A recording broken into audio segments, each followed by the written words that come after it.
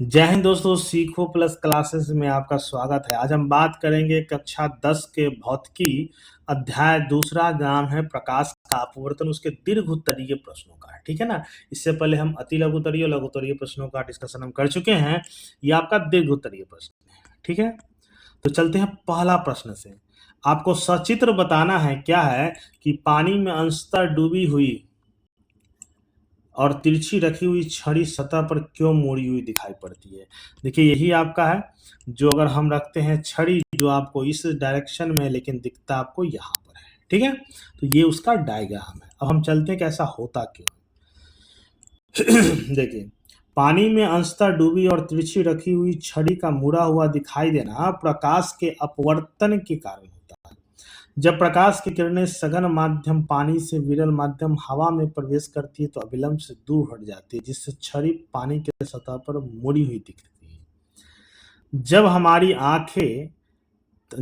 आंखों तक ये मुड़ी हुई किरणें पहुंचती है तो हमारा दिमाग इन्हें पीछे की ओर एक सीधी रेखा में मिलाता है, जिसके कारण पानी के अंदर का डूबा हुआ हिस्सा अपने वास्तविक गहराई से थोड़ा ऊपर हुआ दिखाई देता है, जिसके कारण सतह पर छड़ी मुड़ी हुई नजर आती है। ठीक है, तो आप देख सकते हैं छड़ी मुड़ी हुई नजर आती है। ठीक है, चलिए, इसी तरह हमारे सिक्का के बारे में है या पानी के तल के बारे में है कि पानी भरी बाल्टी की गहराई क्यों हम कम मालूम पड़ती है। तो कि पानी से भरी बाल्टी की गहराई कम मालूम पड़ने का मुख्य कारण प्रकाश का अपवर्तन है, जिसको हम रिफ्रैक्शन ऑफ लाइट बोलते हैं। जब प्रकाश की किरणें पानी से हवा में प्रवेश करती है तो वो अपने मार्ग से मुड़ जाती है, जिससे बाल्टी का तल क्या होता, ऊपर उठा हुआ प्रतीत होता है। आप देख सकते हैं, यही बाल्टी का तल है, लेकिन हमें इस तरह से एक डायरेक्शन पता चलता है जो ये हमें कम गहराई महसूस होती है। ठीक है, अगला क्वेश्चन है, आप यहाँ पर देख सकते हैं, बहुत महत्वपूर्ण है कि जब कांच प्रकाश के आयताकार सिल्ली में तिरछा होकर गुजरता है तो निर्गत किरण आपतित किरण के समानांतर होती है।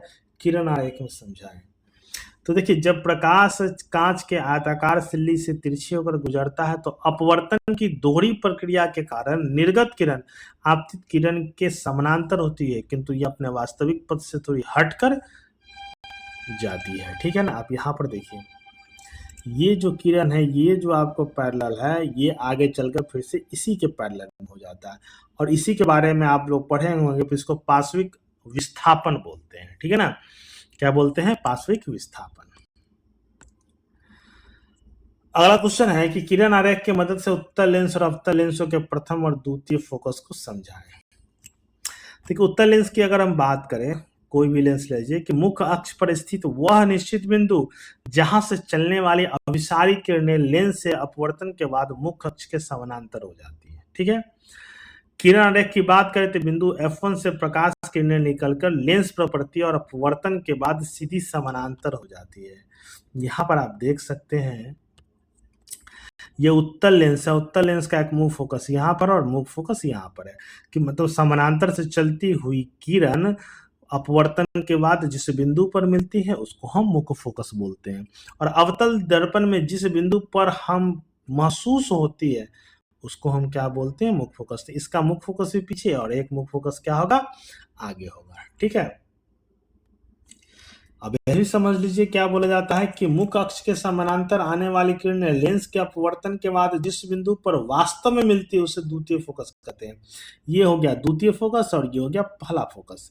समानांतर किरणें लेंस से टकराकर दूसरी ओर वास्तविक बिंदु F2 पर केंद्रित होती है।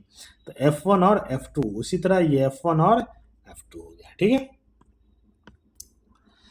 अगला क्वेश्चन है कि किरण आरेख के द्वारा एक उत्तल लेंस में बने प्रतिबिंब को दर्शाएं जब वस्तु फोकस और प्रकाश केंद्र के बीच होता है। अब यहाँ पर देखिए, वस्तु जब फोकस और प्रकाश केंद्र के बीच होगा यहाँ पर, तो इसका प्रतिबिंब आवर्तित बनता है, वस्तु की ओर वस्तु के पीछे बनता है, आभासी और सीधा बनता है, वस्तु से बड़ा बनता है। ठीक है, ये वस्तु है और इसका प्रतिबिंब इससे बड़ा है।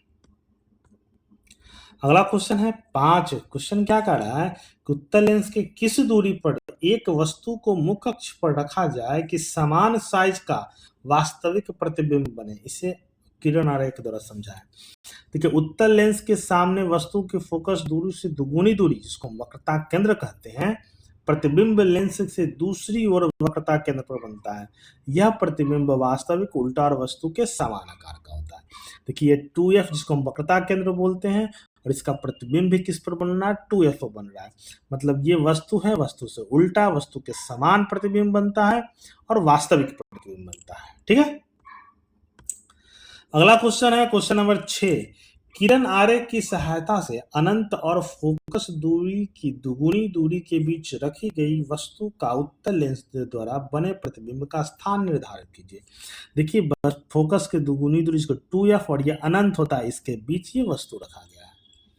देखिए उत्तल लेंस के द्वारा जब वस्तु का अनंत और फोकस दूरी की दुगुनी दूरी के बीच रखी जाती है तब उसका प्रतिबिंब लेंस के दूसरी ओर फोकस और 2f के बीच बनता है। ये कि फोकस और 2f वक्रता के अंदर मुख्य फोकस के बीच बनता है, जो वास्तविक उल्टा और वस्तु से छोटा प्रतिबिंब। देख सकते हैं ये छोटा प्रतिबिंब है, ये बिंब है मतलब वस्तु है और ये आपका प्रतिबिंब है। अगला क्वेश्चन नंबर आपका 7 है कि उत्तल लेंस द्वारा वास्तविक और आवर्धित प्रतिबिंब बनने की क्रिया को किरण आरेख द्वारा स्पष्ट करें। ये रिपीट क्वेश्चन भी दिया हुआ है। देखिए उत्तल लेंस के द्वारा वास्तविक और आवर्धित प्रतिबिंब तब बनता है जब वस्तु को लेंस के मुख्य फोकस और वक्रता केंद्र के बीच रखा जाता है। मुख्य फोकस और वक्रता केंद्र के बीच रखा जाता है। ठीक है, ये मुख्य फोकस। इस स्थिति में प्रतिबिंब 2f के पीछे वास्तविक और वस्तु से बड़ा आवर्धित प्रतिबिंब बनता है। आप देख रहे हैं।